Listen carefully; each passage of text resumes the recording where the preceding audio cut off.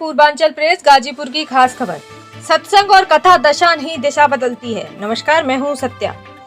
भावरकौल Ghazipur block मुख्यालय के समीप स्थित सरह महाडीह के किनवार कीर्तन स्तंभ पर चल रहा है 7 दिवसीय महायज्ञ के चौथे दिन पीठाधीश्वर दंडी स्वामी अनंतानंद स्वामी जी महाराज ने कहा कि ज्ञान और वैराग तो भक्ति के पुत्र हैं। भक्ति के आने पर ज्ञान और वैराग स्वतः आ जाता है।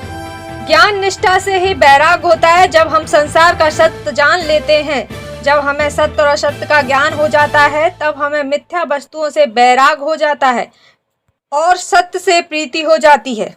उन्होंने कहा, मन चंचल होता है, डमाडोल हो सकता है, इसलिए केवल शाब्दिक ज्ञान नहीं पर्याप्त नहीं, बल्कि भगवान की भक्ति, फिर भगवान पर विश्वास और भक्ति के होने वाले अनुभव के कारण होने वाली ज्ञान निष्ठा और वैराग्य सब धीरे धीरे एक एक करके भक्तों में खुद ब खुद चली आती है। भगवान स्वयं कहते हैं कि श्रीमद् भागवत गीता में इस बात को कहते हैं, तो पृथ्वी पर अधर्म का साम्राज्य बढ़ गया, धर्म का हास होने लगा। ऐसे समय में भगवान अवतार लेते हैं।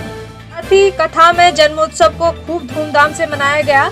इस मौके पर मुख्य यजमान इंजीनियर अरविंद राय, संतोष राय, वीरेंद्र राय, मुक्तिनाथ राय, नागा दुबे, संजय पांडे आदि लोग मौजूद रहे। गाजीपुर से राजीव कुमार पांडे की खास रिपोर्ट। आइए जानते हैं कि जो है यहाँ पे हम जो है यहाँ पे इनसे जानते हैं। क्या नाम है आपका? विनोद राय। विनोद राय जी, ये बताएं कि यहाँ पे जिस आप इस प्रांगण में हैं, ये सहारमा-डीह पड़ता है और सहारमा-डीह का इतना यहाँ पे जितना भी प्रांगण है जो बना है, इसी के उपलक्ष्य में ही जो है ये यज्ञ हो रहा है, निश्चित है। लेकिन जो सहारमा-डीह का क्या इतिहास रहा है, क्या कीर्ति रहा है, बताएं।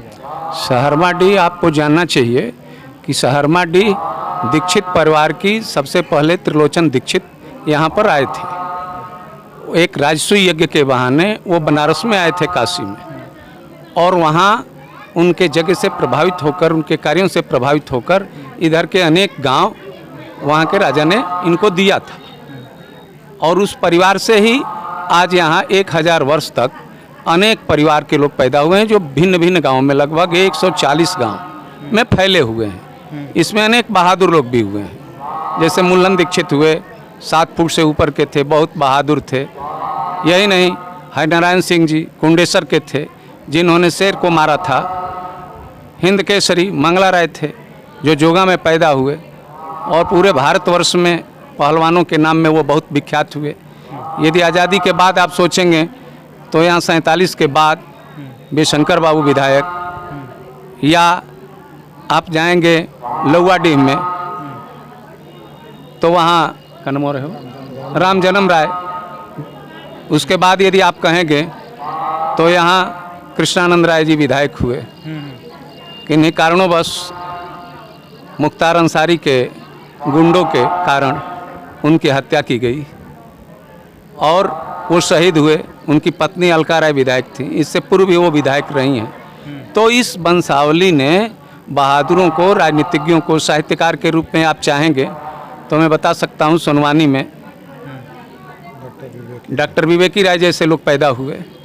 मुंशी प्रेमचंद जी के बाद हिंदी साहित्य में यदि किसी का नाम आता है तो डॉक्टर विवेकी राय जी का नाम आता है, और भी बहुत सारे लोग। यहाँ पे यज्ञ हो रहा है तो यहाँ पे जो है भंडारे का भी कार्यक्रम होता है रोज प्रतिदिन 7 दिन तक।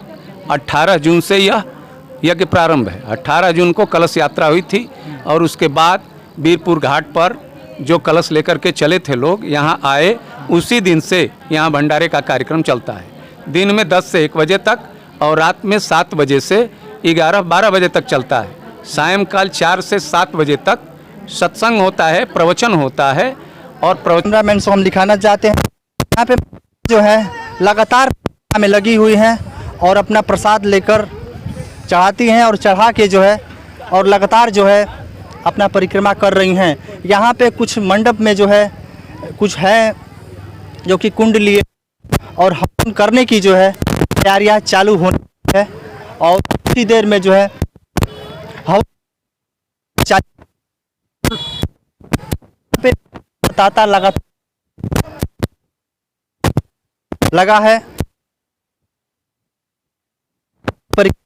हैं और कुछ दुकानें भी यहाँ पे है कि यहाँ पे जो है रात भर रामलीला कार्यक्रम होता है और लीला यहाँ पे किया जाता है। डीजे लगा हुआ है बिल्कुल